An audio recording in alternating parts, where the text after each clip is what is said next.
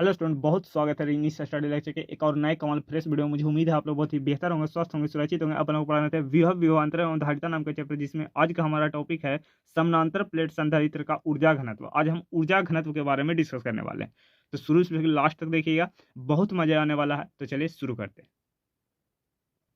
ऐसा मान लेते हैं कि हमारे पास समानांतर प्लेट संधारित्र है, ठीक है। तो आप जानते हैं कि समानांतर प्लेट संधारित्र में क्या होता है, इसमें दो धातु की प्लेट होती है।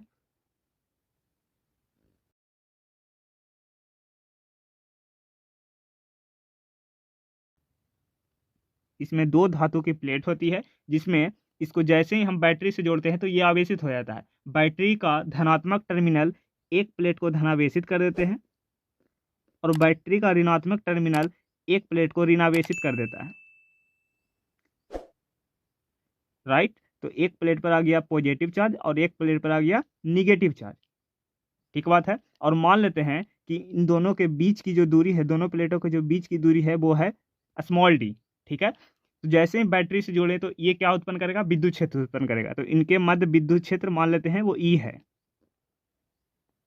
इन दोनों प्लेटों के मध्य जो विद्युत क्षेत्र है वो ई है, ठीक है। और इनका क्षेत्रफल जो है वो ए है। इन दोनों प्लेट का जो क्षेत्रफल है ए है। तो इस प्लेट का क्षेत्रफल, इस प्लेट का क्षेत्रफल कितना है वो मान लेते हैं कैपिटल ए है। ठीक बात है।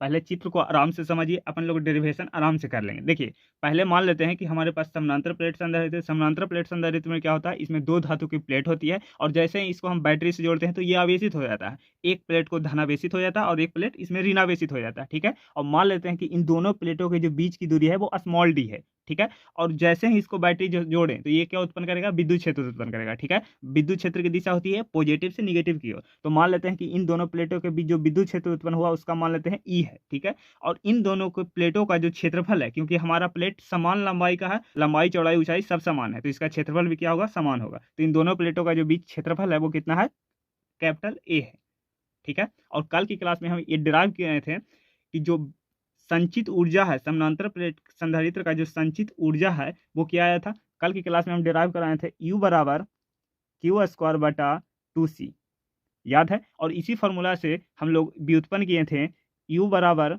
हाफ CV स्क्वायर और U बराबर हाफ Q इंटू वी। तीनों फॉर्मूला को हम लोग संचित ऊर्जा में हम लोग तीनों को इसको अच्छे ढंग से डिराइव किए थे, ठीक है। तो आपको याद होना चाहिए। तो आज हम इसी फॉर्मूले को लेकर के आगे बढ़ने वाले हैं। देखिए, अगर बोले कि दोनों प्लेटों के मध्य, दोनों प्लेटों के मध्य कुल संचित ऊर्जा, कुल संचित ऊर्जा, कुल संचित ऊर्जा कितना हो जाएगा, तो कुल संचित ऊर्जा हो जाएगा U बराबर क्यू स्क्वायर बटा 2C। इसको मान लीजिए समीकरण 2, क्यू स्क्वायर बटा 2C। ये कहाँ से आया, ये कल की क्लास से आया, ठीक है, जिसमें हम देख चुके हैं समानांतर प्लेट संधारित्रों का संचित ऊर्जा, ठीक है। उसमें से ये डेरिवेशन किए थे कि यू जो कुल संचित ऊर्जा होता है वो U बराबर क्यू स्क्वायर बटा 2C होता है, राइट। इसको मान लीजिए समीकरण 1। अब एक और फॉर्मूला पढ़े होंगे। अब समानांतर प्लेट संधारित्र की धारिता, संधारित्र की धारिता का क्या फॉर्मूला होता है, इसका फॉर्मूला होता है, इसका फॉर्मूला होता है C बराबर ए एप्सिलॉन नॉट बटा डी। ए एप्सिलॉन नॉट बटा डी, डी क्या है, इन दोनों प्लेटों के मध्य दूरी, ठीक है। ए एप्सिलॉन नॉट बटा डी, इसको मान लीजिए समीकरण 2। और हमें क्या निकालना है, ऊर्जा घनत्व निकालना है। तो अब क्या करेंगे, अब क्या करेंगे, ऊर्जा घनत्व, ऊर्जा घनत्व, ऊर्जा घनत्व को हम UD से प्रदर्शित कर रहे हैं, ठीक है। ऊर्जा घनत्व क्या होता है, कुल संचित ऊर्जा बटा आयतन, कुल संचित ऊर्जा, कुल संचित ऊर्जा बटा आयतन, कुल संचित ऊर्जा बटा आयतन, ठीक बात है। तो यहां से कुल संचित ऊर्जा रखिए। देखिए UD बराबर कुल संचित ऊर्जा, हमारे पास कुल संचित ऊर्जा कितना है, क्यू स्क्वायर बटा 2C। तो यहां से आ गया क्यू स्क्वायर बटा 2C, क्यू स्क्वायर बटा 2C, राइट। और आयतन कितना है, देखिए समझिए, बटा आयतन। आयतन क्या हो जाएगा, देखिए अगर हम इसके क्षेत्रफल से और दूरी से गुना कर दें तो हमारा क्या निकल के आ जाएगा, क्षेत्रफल निकल के आ जाएगा। क्यों, क्योंकि क्षेत्रफल बराबर होता है लंबाई इंटू चौड़ाई इंटू ऊंचाई। तो हमारा लंबाई इंटू चौड़ाई के जगह पर कौन आ जाएगा, क्षेत्रफल, और हाइट कितना है, डी है। ठीक है, तो उसी प्रकार से हमारा आयतन कितना आ गया, इन दोनों प्लेटों का जो आयतन हो जाएगा, ठीक है, इन दोनों प्लेटों का आयतन कितना हो जाएगा, आयतन हो जाएगा, आयतन हो जाएगा ए इंटू डी। ठीक है, हम गुना कर दिए तो यहाँ से हो जाएगा ए इंटू डी। ठीक है, समझ में आया। देखिए अब आगे, इसके नीचे कुछ नहीं है, एक है, तो ये पलट के ऊपर जाएगा तो ये हो जाएगा यू डी बराबर, ये पलट के ऊपर जाएगा तो एक से गुना होगा क्यू स्क्वायर, तो ये हो जाएगा क्यू स्क्वायर बटा 2c इंटू ए डी। ये कैसे किए समझ में आया, 2c इंटू ए डी। ठीक है, अब मान रख दीजिए, c का मान रख दीजिए तो यहाँ से हो जाएगा क्यू स्क्वायर बटा, c का मान कितना आया था, समानांतर प्लेट संधारित्र का कितना आया था, c का मान, तो 2 इंटू ए एप्सिलॉन नॉट बटा डी इंटू ए इंटू डी। ठीक है, डी से डी मर गया, क्या बच गया जो, देखिए तो यू डी बराबर क्यू स्क्वायर बटा, देखिए क्या बच गया, 2 A square, A into A square epsilon naught, ये हमारा बच गया। अब सुनिए आगे, देखिए पृष्ठीय आवेश घनत्व सिग्मा क्या होता है, पृष्ठीय आवेश घनत्व सिग्मा होता है, पृष्ठीय आवेश घनत्व, ये क्या होता है, इसको सिग्मा से रिप्रेजेंट करते हैं। तो सिग्मा होता है एकांक क्षेत्रफल में जो आवेश की मात्रा होती है, मतलब एकांक क्षेत्रफल में जो आवेश की मात्रा होती है वो होती है सिग्मा, पृष्ठीय आवेश घनत्व। तो यहाँ से ध्यान से देखिए कि जो क्यू स्क्वायर बटा ए स्क्वायर, क्यू स्क्वायर बटा ए स्क्वायर, ये क्या हो जाएगा, सिग्मा का स्क्वायर। अगर हम इसको स्क्वायर करें, देखिए जैसे क्यू का स्क्वायर बटा ए का स्क्वायर, अगर हम क्यू का स्क्वायर करें बटा ए का स्क्वायर करें तो ये कितना हो जाएगा, सिग्मा का स्क्वायर हो जाएगा। ठीक है, एकांक क्षेत्रफल में जो आवेश की मात्रा होती है वो होती है पृष्ठीय आवेश घनत्व। क्यू स्क्वायर बटा ए, इसके जगह पर क्या ले जाकर रख देंगे, सिग्मा ले जाकर रख देंगे, तो यहाँ से हो जाएगा यू डी बराबर सिग्मा स्क्वायर बटा 2 एप्सिलॉन नॉट, सिग्मा स्क्वायर बटा 2 एप्सिलॉन नॉट। इसको मान लीजिए समीकरण थर्ड, इसको मान लीजिए समीकरण थर्ड। ठीक है, यहाँ तक कॉपी कर लीजिए, अब आगे बढ़ते हैं। ठीक है, अब आप जानते हैं कि समान परिमाण एवं विपरीत प्रकृति के दो आवेशित प्लेटों के मध्य जो विद्युत क्षेत्र होता है वो क्या होता है, वो होता है सिग्मा बटा एप्सिलॉन नॉट। तो आप लिख सकते हैं कि दो आवेशित प्लेटों के मध्य विद्युत क्षेत्र, दो प्लेट होती है जिस पर एक पॉजिटिव चार्ज और एक निगेटिव चार्ज होती है, उसके बीच में अगर विद्युत क्षेत्र अगर देखें तो वो होता है सिग्मा बटा एप्सिलॉन नॉट, सिग्मा बटा एप्सिलॉन नॉट।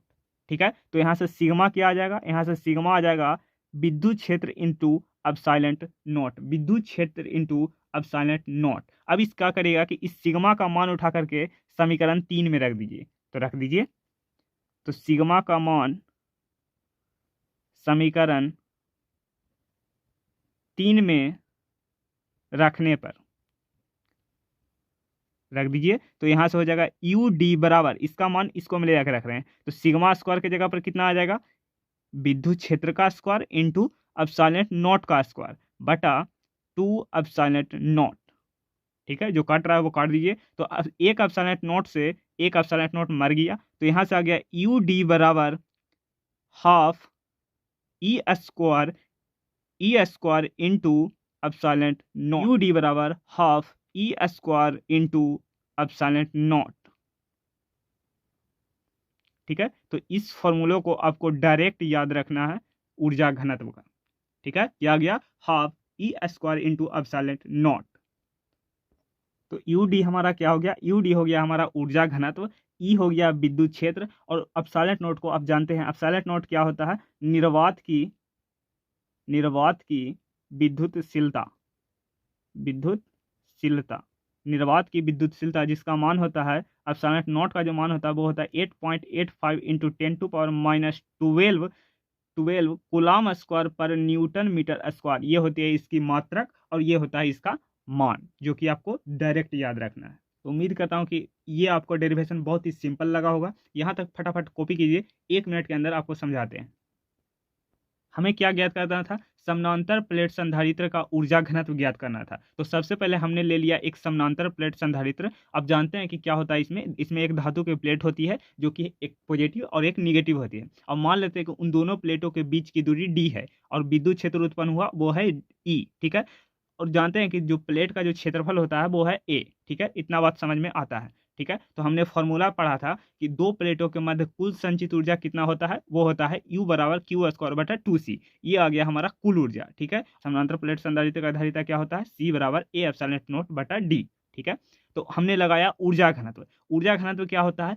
कुल संचित ऊर्जा बटा आयतन। एकांक आयतन में जितनी भी ऊर्जा संचित होगी वो कहलाएगा ऊर्जा घनत्व, ठीक है। तो हमने ऊर्जा घनत्व बराबर लिख दिया कुल संचित ऊर्जा बटा आयतन। तो यहां से हो गया कुल संचित ऊर्जा कितना हुआ था? क्यू स्क्वायर बटा 2C, ठीक है। तो इसका मान हमने रख दिया, यहां से काट छट के निकाल के आ गया समीकरण 2।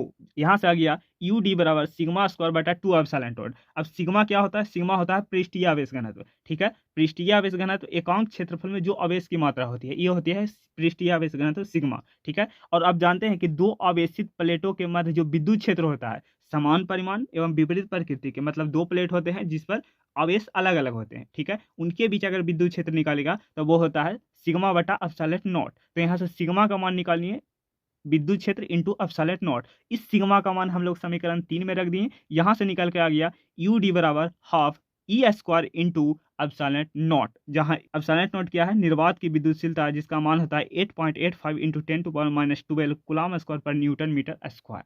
तो ये हमने कंप्लीट कर लिया समानांतर प्लेट संधारित्र का ऊर्जा घनत्व। तो उम्मीद करता हूं कि आपको एकदम सिंपल वे में ये डेरिवेशन आपको समझ में आ गया होगा। अगर वीडियो पसंद आए तो वीडियो को लाइक, चैनल को सब्सक्राइब और शेयर जरूर कीजिएगा अपने दोस्तों के यहाँ, और बेल आइकन को प्रेस कर दीजिए ताकि डेली अपडेट्स आपको मिलता रहे, ठीक है। तो चलिए मिलते हैं अगले वीडियो में। बाय बाय, टेक केयर, जय हिंद।